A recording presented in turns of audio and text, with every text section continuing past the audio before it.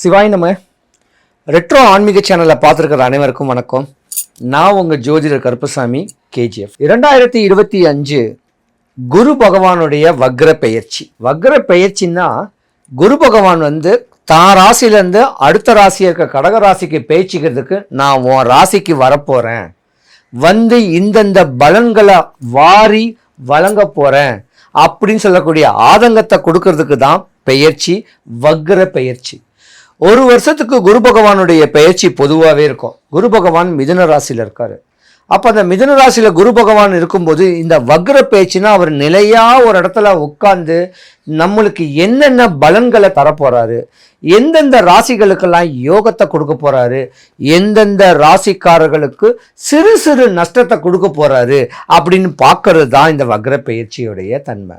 குரு பகவான் ஒரு ஜாதகத்தில் யோகமாக இருந்தாருன்னா வீடு, நிலம், சொத்து, சுகம், வண்டி, வாகனம், கல்யாணம் ஆகி குழந்தை இல்லாதவனுக்கு ஒரு குழந்தை. குருனா குழந்தை, குருனா தங்கம். யார் தங்கங்க வாங்க போறாங்க, எந்தெந்த ராசிக்காரங்க தங்கத்தை விற்க போறாங்க, அடமானம் வைக்க போறாங்க, எந்த ராசிக்காரங்க தங்கத்தை அடமானம் வைக்கிறாங்களோ அவங்களுக்கு குரு பலன் கெட்டு போச்சுன்னு அர்த்தம். இப்படி குரு பகவானுடைய பலன் நம்மளுக்கு தெளிவா கிடைக்கிறதுக்கு நம்ம என்ன வழிபாடுகள் பண்ணணும், அந்த குரு பலன் கிடைக்கிறதுக்கு நம்மளை எப்படி பக்குவப்படுத்தணும், எந்த சாமியை வழிபடணும், எப்படி வழிபடணும். குரு பகவான் பெயர்ச்சி சொல்ல போனா எல்லா ஜாதகத்துக்குமே நல்லதுதான் கொடுக்க போறாரு. நலிஞ்சவனை உயர்த்தி கொடுப்பாரு, குப்பமேட கோபுரமாக்கி கொடுப்பாரு. குலதெய்வத்தையும் வழிபட்டு வந்தா குரு பகவானுடைய பெயர்ச்சி, அது வக்ர பெயர்ச்சியோ இல்ல சாதா பெயர்ச்சியோ, நம்ம வாழ்க்கையில குருவுடைய கடாட்சியம் கடைக்கண் பார்வை பட்டுட்டாலே நம்ம வாழ்க்கை யோகம்தான்.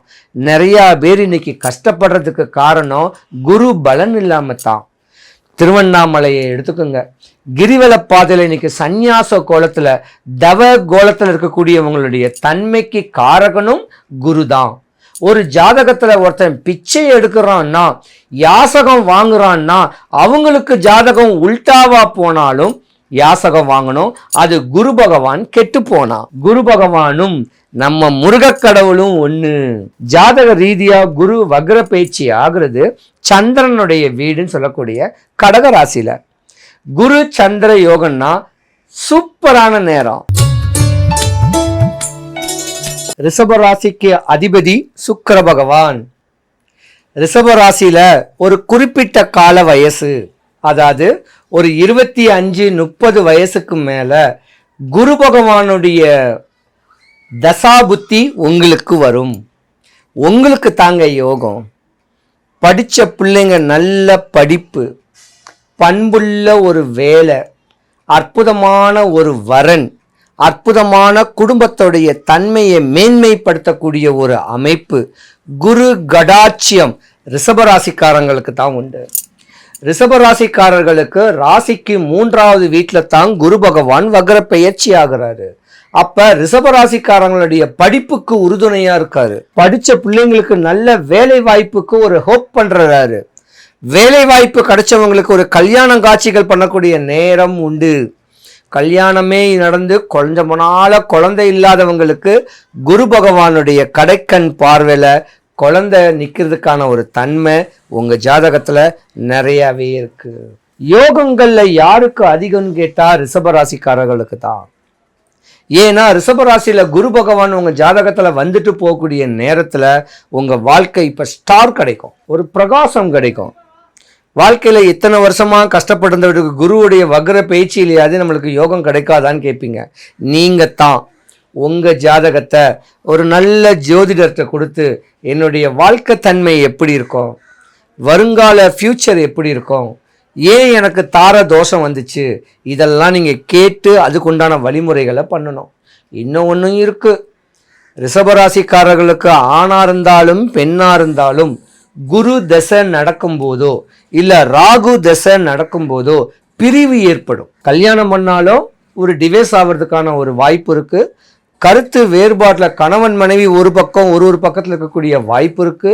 இல்லை கணவன் மனைவி வெளிநாடு வெளிதேசத்தில் இருக்கக்கூடிய வாய்ப்பு இருக்கு. குருனா பிரிவு. குரு ராமர் 16 வருஷம் வனவாசம் போனதும் குரு திசையில தான். அப்ப அந்த குறிப்பிட்ட கால வயசுல கணவன் மனைவியுடைய ஒற்றுமை முக்கியம். கருத்து வேறுபாடு வரக்கூடாது. ரிஷபராசியில ஆண் இருந்தா உங்க பெண்ணு உங்க மனைவியா அடிக்க கூடாது. ரிஷபராசியில பெண் இருந்தா கணவன்கிட்ட அடிபணிஞ்சு போகணும். இல்லைன்னா உங்க ஜாதகம் பிரிவு ஏற்படக்கூடிய ஜாதகம் ரிஷபராசியை பொறுத்த வரைக்கும். அதனால ரொம்ப கவனமா நீங்க இருக்கணும். நீங்க தான் உங்க குலதெய்வத்தை முறையாவே வழிபடணும்.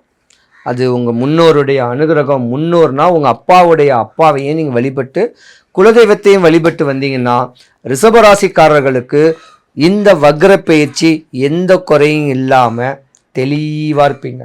இதுல இன்னும் ஒண்ணு இருக்கு. ரிஷபராசியை பொறுத்த வரைக்கும் அது ஆணா இருந்தாலும் பெண்ணா இருந்தாலும் உங்க அப்பாவுடைய அப்பா நிலைக்க மாட்டாரு. ஏதோ ஒரு விஷயம் ஏதோ ஒரு அமைப்புல இறந்துருவாரு. அப்படி அவர் இறக்கலன்னா ரிஷபராசிக்காரங்கள ஆணா இருந்தாலும் பெண்ணா இருந்தாலும் அவங்களுக்கு பல குட்டி குட்டி குட்டி குட்டி இடையூறுகள் வரும். அதுக்காகத்தான் சொன்னேன், உங்க ஜாதகத்தை ஒரு நல்ல ஜோதிடர்கிட்ட கொடுத்து ஜாதகத்தோடைய தன்மையை தெரிஞ்சுக்கிட்டு அதை முறையா பயன்படுத்திக்கிட்டு வந்தீங்கன்னா உங்க ஜாதகம் சூப்பர் ஜாதகம் ஆயிடும். இல்லைன்னா இந்த ரிஷப ராசிக்காரர்களுக்கு சொந்தமோ பந்தமோ உற்றாரோ உறவினரோ உங்களுக்கு ஆகாத மாதிரி பலவிதமான துன்பங்களை பண்ணி வச்சிருவாங்க. அதுதான் உங்க வாழ்க்கையில அலர்ஜி, இடையூறல், கஷ்டம், நஷ்டத்தை உண்டு பண்ணிடும். பயப்படாதீங்க. குரு கடாட்சியம் உங்களுக்கு பரிபூர்ணமா இருக்கு. முறையான வழிபாடுகள், முறையான தன்மைகள், சுக்கிரன் சொல்லக்கூடிய சுக்கிர பகவான் உங்க ஜாதகத்துல பலமா வரக்கூடிய நேரத்துல வடபழனி முருகன் கோவில் வாசல்ல ஒரு பெருமாள் கோயில் இருக்கு. இது புரட்டாசி மாசம். அந்த பெருமாள் கோயிலுக்கும் போயிட்டு எம்பெருமான் முருகனையும் முறையா ஒரு நாள் வழிபட்டு வந்தீங்கன்னா உங்க வாழ்க்கையில சுபிக்ஷம், ஐஸ்வர்யம், கடாட்சியம் கிடைச்சு எம்பெருமான் வடபழனி ஆண்டவனுடைய அனுகிரகம் ரிஷபராசி அன்பர்களுக்கு அமையறதுக்கு எம்பெருமான பிரார்த்திக்கிறேன். மேச ராசி முதல் மீன ராசி வரைக்கும் இந்த குரு பெயர்ச்சி வக்ர பெயர்ச்சியிலிருந்து தப்பிக்கிறதுக்கு ஒரு சூட்சம வழிபாடே இருக்குது. என்னன்னா குருவும் முருக கடவுளும் ஒண்ணு. முருக கடவுளுக்கு 6000 கோயில் இருக்கு, 6 முருகன் கோவில் இருக்கு. நம்ம வடபழனி முருகன் கோவிலுக்கு ஒரு தனி சக்தியே இருக்கு. ஏதாவது செவ்வாய்க்கிழமையில இல்ல வீக் டேஸ்ல கோயில் வளாகத்துல கோயில் குளத்தாண்ட பூ வித்துக்கிட்டு இருப்பாங்க. அந்த பூ வித்துக்கிட்டு இருக்கிறவங்களுக்கு 5 முழம் மல்லிகை பூ வாங்குங்க. அதை ஒரு ஜான் கட் பண்ணிக்கிங்க. செவ்வரளி ஒரு 3 முழம் வாங்குங்க. சாமியை பார்த்து பிரகாரம் சுத்தி இருக்கும் போது முருகரும் வள்ளி தெய்வான சமயத்துக்கு ஒரு சாமி இருக்கு, அங்க செவ்வரளியை கொடுத்துட்டு கோயில்ல உட்கார்ந்துருக்கவங்களுக்கு நீங்க நினைச்சு வந்த காரியம் எல்லாம் நடக்கட்டும்னு சொல்லி அன்பால புன்முறிவுகளோட உங்க தேவைகள் ஆசைகள் எல்லாம் மனசுல வேண்டிட்டு கொடுங்க.